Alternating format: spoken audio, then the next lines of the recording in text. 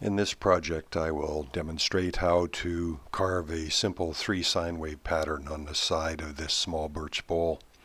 I turned this on my wood lathe and subsequently used gerbil glue to digitize the external surface. I imported that file into COrnLathe. As you can see, I want to put the pattern at about the 2/3 mark on the side of the bowl.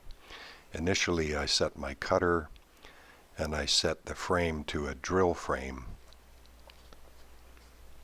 I select a rosette point and drag that onto the side of the bowl. And presently this is in the wrong mode. So I've changed that from rock to pump, and that gives me some up and down amplitude. It's still not high enough, so I go into settings and adjust the amplitude from 0.1 to 0.6. This looks to be about the right height. I adjust the position slightly on the side of my model so that it looks a little bit better to me. I render it so I get an idea how it would look when it's been cut. And that looks to be about what I want. Now at the very top, because of the slight curve of this bowl, you can see the green arrow just barely cuts into the wood. So I go back to my settings and I can adjust the depth from 0.05 to 0.07. And that'll get me a better cut. So satisfied with that, I can double click on the existing yellow dot twice to get 2 identical cut points to the first one. I want to offset these cut points from the first one, so I move the phase from 0 to, in this case, 45, and that gets me my first offset. I go to the second cut mark and adjust that from 0 to 90, and that gets me the pattern that I was thinking about.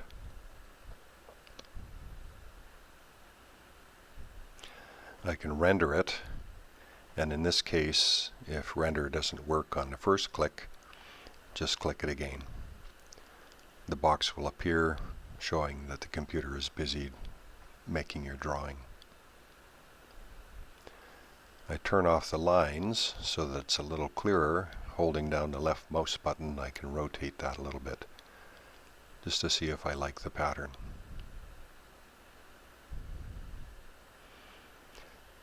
Now if I wanted to change it from an 8 repeat pattern to something else, you hold down the control key and left click 3 of the selections, and I can change 8 to 12, for example.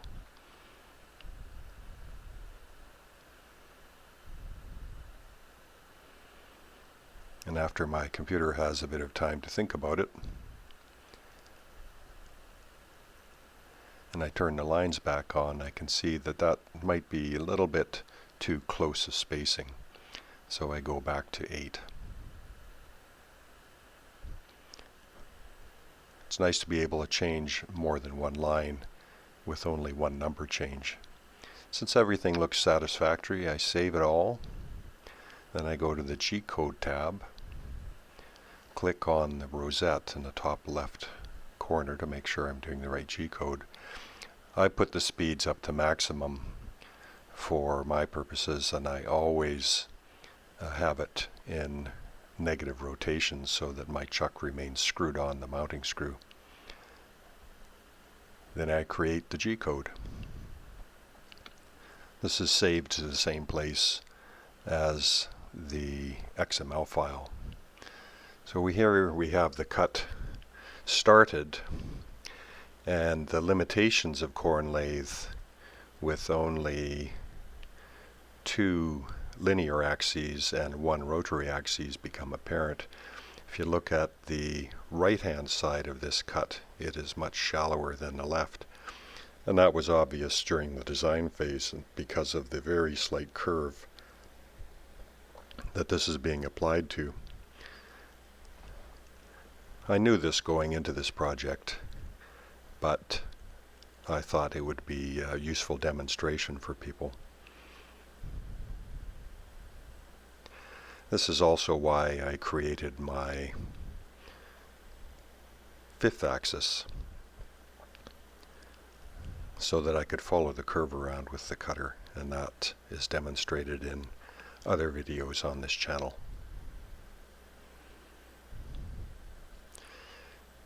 In this case, I thought I would get a pleasing, almost 3-dimensional effect by having a slight difference in the cut depth.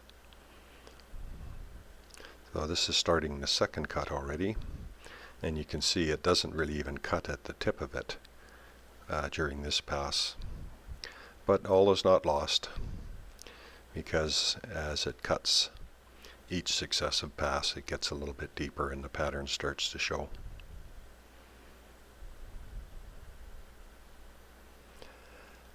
I let this cut run without any speed ups because it really doesn't take very long to do this. Since each of the passes is very shallow, 0.025 of an inch, the cut quality is pretty good. However, because in some places I am crossing the grain in a unfavorable direction, you don't get quite as smooth a cut as if I had made this bowl entirely out of an end grain hollowing.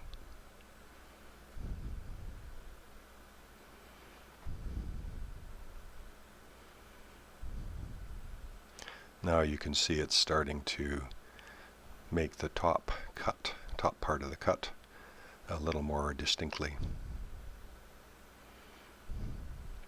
There are some fuzzies at the edge of the cut, but those are quite easy to get rid of with a stiff nylon brush. This is cutting end grain, so it's a clean cut, but when it comes around the side and is cutting across the grain, that's when you see more of the fuzzies.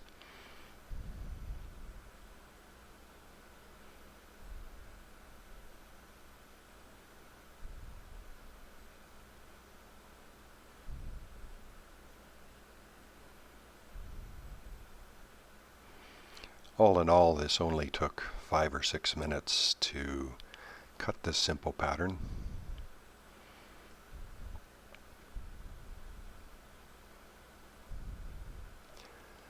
My spindle is rotating at approximately 4,000 RPM.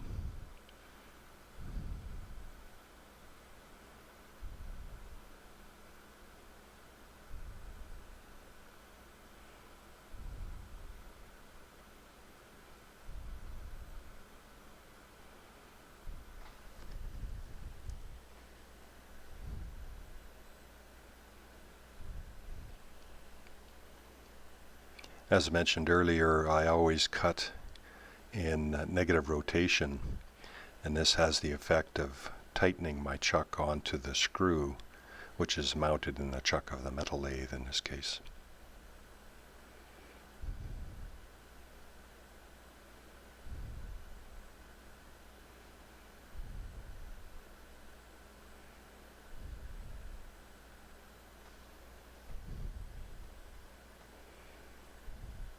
I haven't made any adjustments to the speed of this G-code program. This is the speed it usually cuts when I drag the speed sliders in the G-code window up to maximum.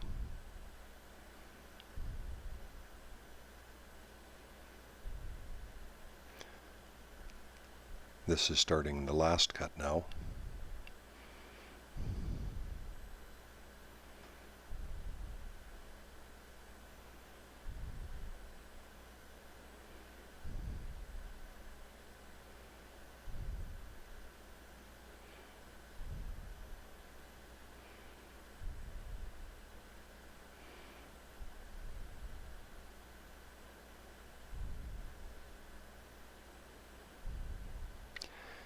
You can see a almost three-dimensional effect that's created by having the cut deeper on the left than the right.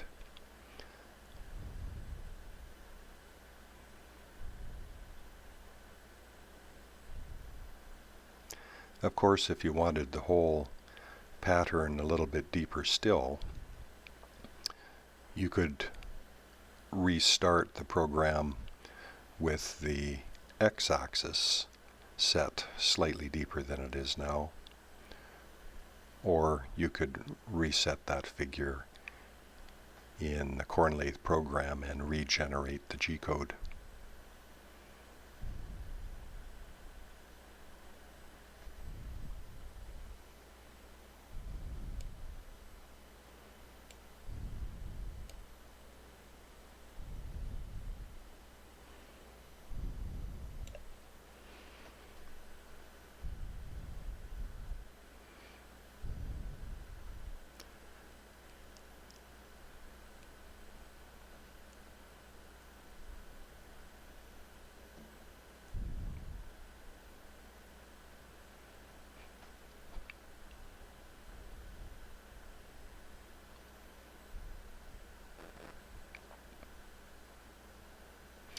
With the last pass, you can see that the depth has been set the same as the other two passes, and now the pattern is fully inscribed on the side of the bowl.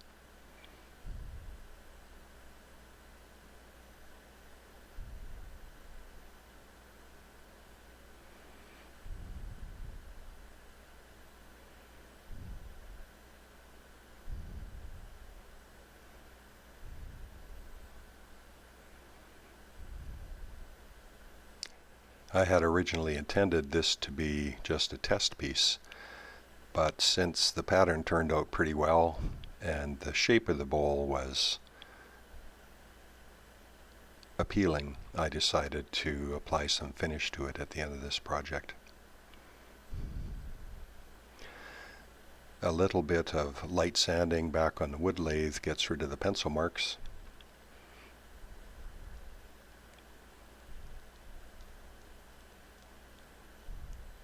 I chose not to finish the inside of the bowl since that would make it much harder to clean.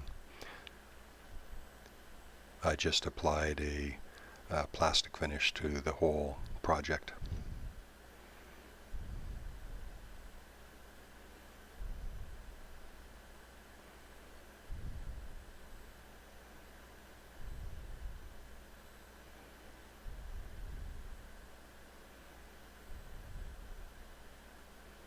So this cut is finished now, and here's the piece with some wipe-on polyurethane applied to it.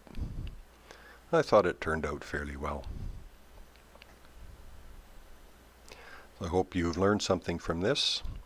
Thank you for watching.